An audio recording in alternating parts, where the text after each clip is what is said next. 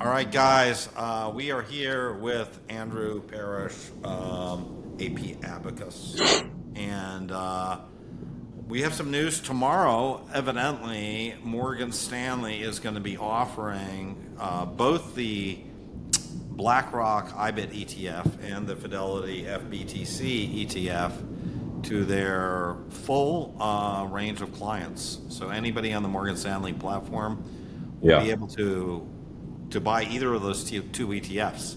So why is this significant, and why did it take them so long, Andrew?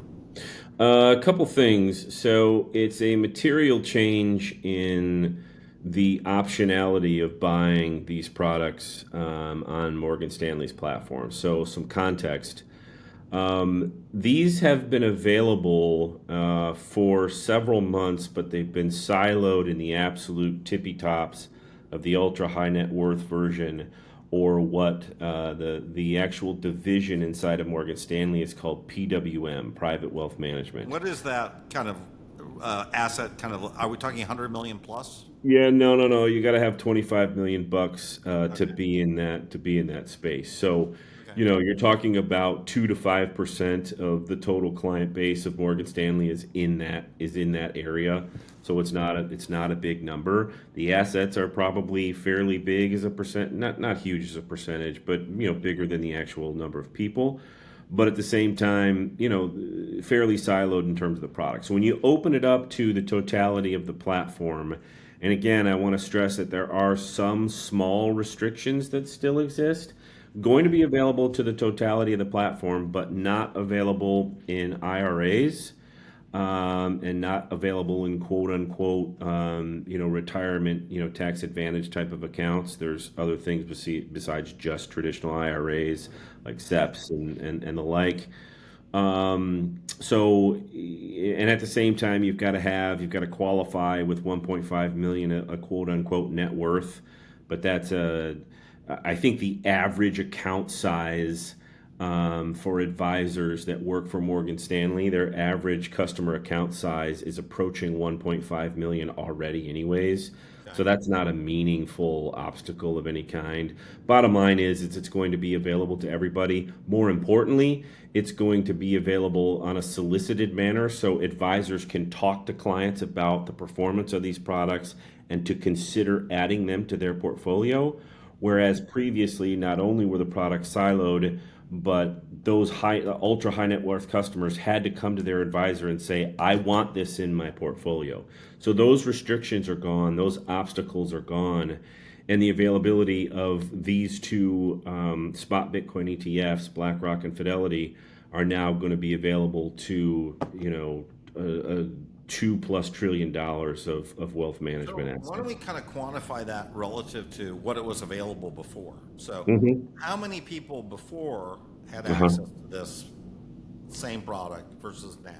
Is Yeah, this you're a probably yeah, you're probably equivalent? talking about yeah, you're probably talking about a couple 100 billion in assets had Okay. access to it before, and Oh, now we're talking about 2 trillion that have access to it before.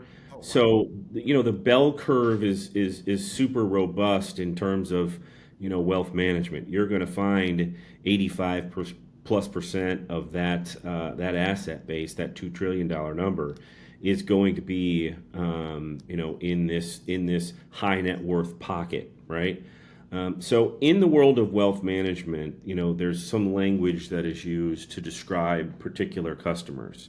So there's three buckets of customers that wealth management organizations put people in: mass affluent, high net worth, and ultra high net worth. Mass affluent are basically people under $1 million in liquid net worth.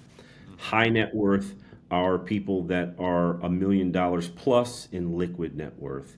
And then ultra high net worth generally are categorized as 10 million plus.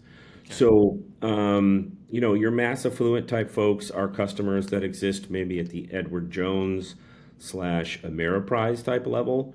And, Morgan Stanley lives and breathes in the higher portions of the proverbial asset tree. So how important is this relative to, like, already you can buy these things on Schwab, for example? Uh-huh.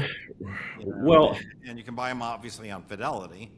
So, yeah. like, what kind of percentage of an increase would you say this represents in Well, it the overall universe, not just the Morgan Stanley well, universe? the reason why it's important is because we're going to go from this it being approved in this manner on Morgan Stanley, then Wells Fargo will follow, then UBS will follow, Okay. then regional firms like Stifel Nicholas and Robert W. Baird will follow. Okay. LPL will follow, Hightower will follow, Rockefeller will follow.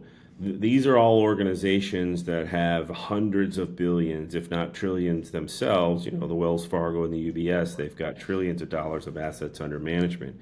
So it's the equivalent to opening up $10 trillion of again, liquid net worth. This is not 10 trillion in commercial real estate, right? This Right. is Right. Right. 10 trillion in money that can be moved at the click of a mouse from one stock or one sweep account into a Bitcoin ETF. So this is very, very meaningful over the next 3 to 6 months because all those platforms are going to be opened up. So you think all or a substantial amount of those things are going to open up in the next by the end of the year?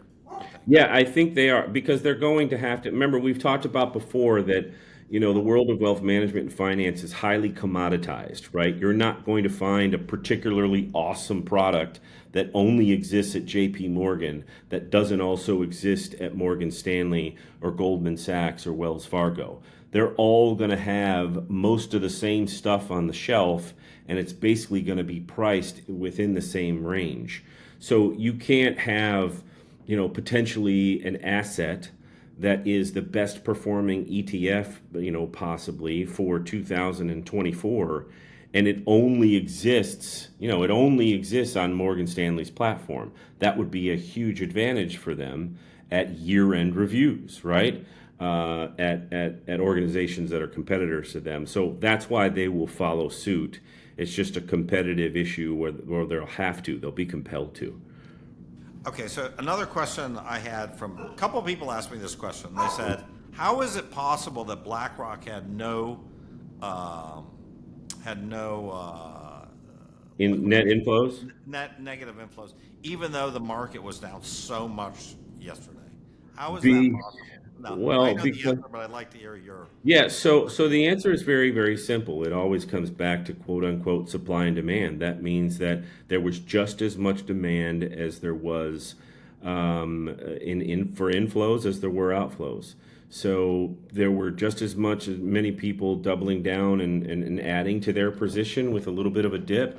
You have to realize that throughout 2024, these have been extraordinary performers in terms of an asset, right? So I don't know what the ETFs are up, but it's got to be 30, 40, 50% since they launched. So if you get a dip that is a return from 50% down to 35%, well, 99% of the people that own that asset have been taught, and it's been pounded into their brain for 20, 30, 40 years. Every dip is for buying, right? That is the way that they think about their investments, that unless something has materially changed about the world, and oh, by the way, even when the news organizations want to scream some sort of material change, they've been taught to even ignore that and simply either stick with the investment or put more money into it. And so that's the only So, reason why to there the Jim there weren't. Biancos of the world who are saying that these are only bought by degens who are going to panic at the first, he's wrong. No, I mean, the math proves that he's wrong. There were no net outflows for a 21 plus billion-dollar Bitcoin ETF for Yeah, BlackRock. and by the way, we saw the same with Bitwise, right? Uh huh. Uh huh. Hunter Horsley announced that basically, actually, he said both Bitcoin and ETF had positive inflows yesterday, which is That's correct. kind And of by the way, Bitwise's products are much closer to the world of retail wealth management and retail clients. And again, those retail clients have been educated and told and made to believe that when you pick a good investment, you don't bounce out of it inside of 3, 6, 9 months. you make a commitment to a strategy. So when you see a dip in that, it is an opportunity. It is not a problem. So in a way, all this Vanguard kind of educated this new, Hmm. it educated this new generation of Bitcoin Yeah. holders, right? Uh-huh. Yeah. The Yeah. old Vanguard buy and hold. Yeah, I mean, the boomers and Gen X, we only kind of know one way, and that way has worked time and time and time again. You just, uh, it's never buy and high and sell low. It's just buy high and never sell. I mean, that's the way the world has worked, and you've never been wrong. I mean, bottom line, you've just never been wrong. And remember now, you and I, Fred, have lived through a world where Amazon dipped down to $3, where Priceline.com, which is now Booking.com, was $1.90. I can remember when Bank of America was $2.25 during the financial crisis. Those firms still exist, and their stock prices are generationally higher from there. Thank you a lot, Andrew, as usual, and we'll be following you as usual. Thanks a lot for that You insight. bet. You bet, Talk to Fred. you. Thanks. Bye.